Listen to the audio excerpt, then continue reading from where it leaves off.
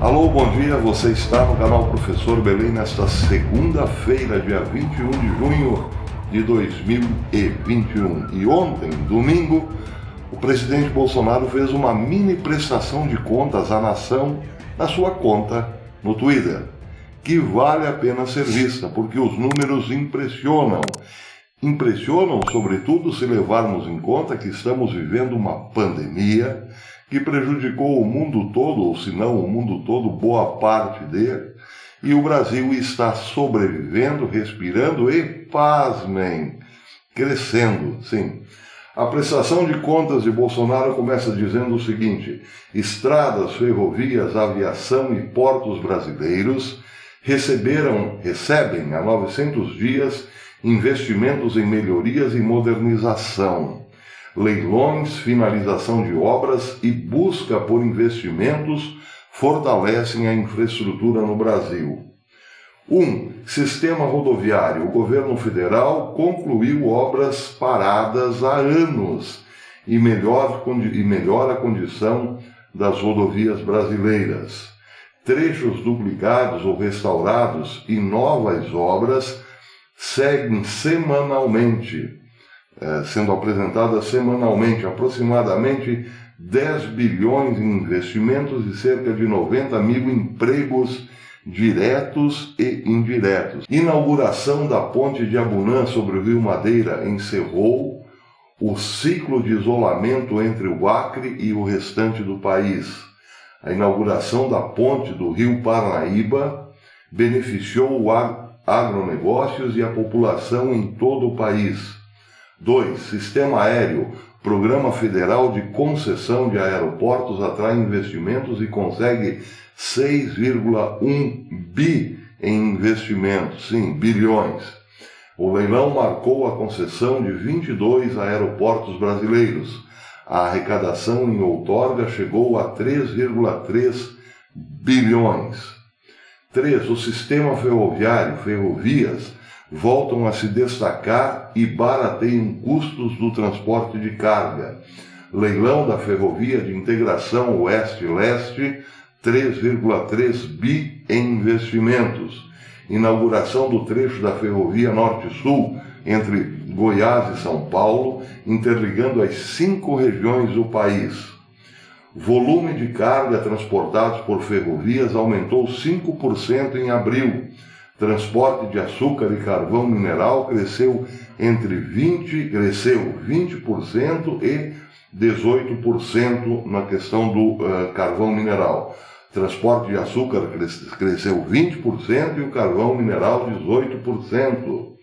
Sistema tributário, leilões e concessões de modernização de instalação ampliam força dos portos do Brasil.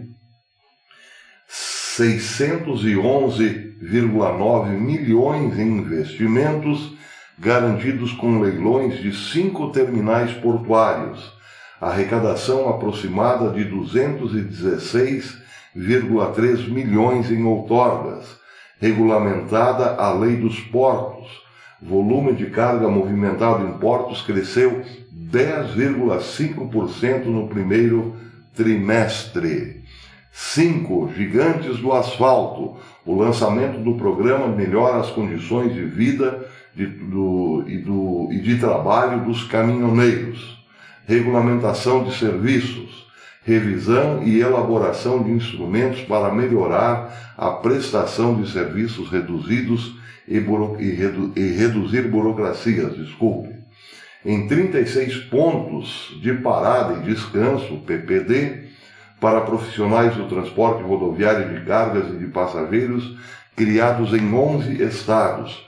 Resumindo, foram 22 leilões de 22 aeroportos com investimento de 6 bilhões e 100 milhões, a renovação do sistema ferroviário com inauguração de trechos que interligam as 5 regiões do país, os leilões de concessão de portos que vão modernizar o setor com 611,9 milhões em investimentos já garantidos e o recém-lançado programa Gigantes do Asfalto, que vai melhorar as condições de vida e de trabalho de caminhoneiros desburocratizando o setor de logística.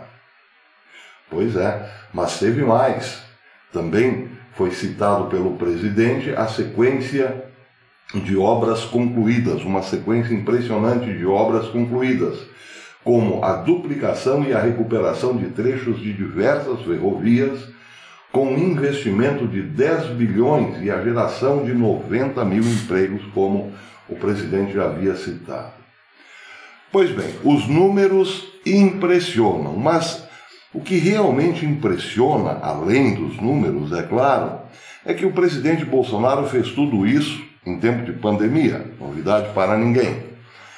Porém, além da pandemia, Bolsonaro enfrentou uma barreira no Congresso Nacional e outra no STF. Quem não sabe disso, não é mesmo? Pois então, imaginemos o seguinte: se o Congresso estivesse jogando contra e o STF não estivesse fazendo política ou atrapalhando o governo. Já imaginaram os números que seriam apresentados ontem?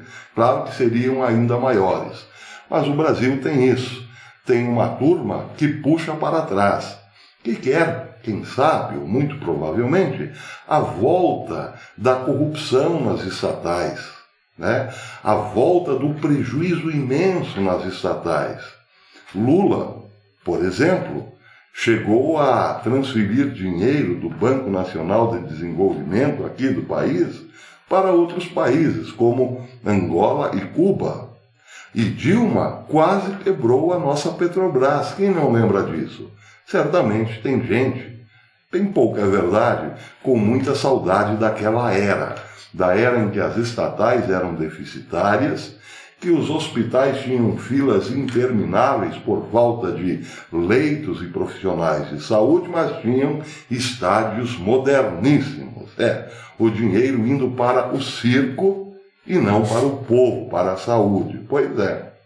Bem, em relação a toda esta equipe que está modernizando o país, é preciso, sim, destacar um nome em especial, de Tarcísio de Freitas. O homem está sendo preparado por Bolsonaro para substituí-lo, só que bem lá na frente, daqui a vários anos. Pois é, estaremos, sim, numa nova era. Bolsonaro será reeleito, terá mais 4 anos pela frente e logo depois 8 anos de Tarcísio de Freitas. Se o mundo não acabar até lá, o Brasil terminará esta primeira metade do século XXI como, quem sabe, o principal ou o melhor país para se viver dentre todos os grandes países do Ocidente, que parece renderam-se sim para o comunismo. Eu cheguei a dizer antes de ontem, no sábado, que até os Estados Unidos já se comunizaram. Isso é sim um grande milagre. Mas atenção, a guerra não terminou. É preciso ver com atenção, por exemplo, o que dizem algumas mentes brilhantes do país, como, por exemplo, J.R. Guzzo. Na sua última publicação na revista Oeste, disse Guzzo o seguinte: num país onde a vida política se degradou a tal ponto que um cidadão com 9 processos penais nas costas vira o relator de uma CPI que tem pretensões de restaurar a moralidade pública, o novo normal passou a ser tudo o que é anormal. Cabe na cabeça de alguém que uma substância química, por exemplo, ou um tipo de veículo sobre 2 rodas, possam se tornar questões de vida ou morte para determinar o que é politicamente certo ou errado, ético ou imoral, bom ou ruim? Não, não é. Não pela lógica comum, mas no Brasil de hoje é isso exatamente o que se pode esperar em matéria de ideias.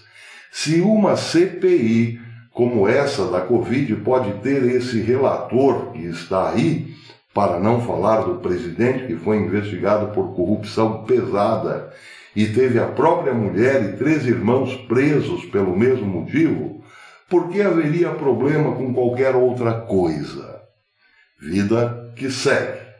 Aceita-se com a maior passividade do mundo, assim, que assuntos estritamente técnicos ou de mais completa desimportância se tornem o marco regulatório que define quem o sujeito é, dos pontos de vista político, moral e humano. Não é só no Brasil, claro, que as coisas andam assim. Lá fora, por exemplo, o bem, ou tudo o que recebe uma certidão de coisa de esquerda, prevê que o sujeito assuma posições firmes a favor da inclusão de homens nas equipes femininas de esporte ou contra o aquecimento da calota polar. O mal, ou tudo o que leva o carimbo de coisa de direita, é o exato contrário. Aqui a coisa fica pior por conta do ambiente cada vez mais envenenado que envolve a vida política. Trata-se mais e mais de um processo de degeneração. Os temas em que há divergências políticas legítimas vão sendo crescentemente contaminados por questões que são neutras por sua própria natureza ou pelo bom senso mais elementar. O resultado é um desastre. Guzzo faz referência à inversão de todos os valores. O que era bom, agora é mal, e o que é mal, agora é bom. Como, por exemplo, a concentração gigantesca de meia dúzia de pessoas da esquerda ser chamada de concentração do bem. Pois é a única concentração do bem que depreda patrimônio público e privado, que gera violência, conflito, atrito mesmo. Pois esse é o bem da esquerda. Puro veneno, evidentemente. Mas é assim que a banda está tocando e é essa a realidade que devemos nos ater. Enquanto Bolsonaro tenta fazer esse país crescer, os outros tentam fazer o que sempre fizeram, deixar o povo na ignorância e na miséria para controlar o nosso destino, para controlar as nossas ações e, claro, meter a mão no nosso bolso. Bem, graças a Deus temos logo mais ali na frente, teremos logo ali em 2022, a nossa principal arma, o direito de escolher que país queremos, o do futuro, o do crescimento e da liberdade, ou da roubalheira, do atraso e da escravidão. Pois você decidirá. E não adianta dizer, não, mas as maquininhas não deixarão. Será outro rolo compressor da verdade sobre a mentira. Mas devemos pressionar, porque o voto impresso e auditável será, sim, a nossa maior arma contra o Brasil do atraso. Por enquanto é isso. Depois nós volta, se Deus quiser.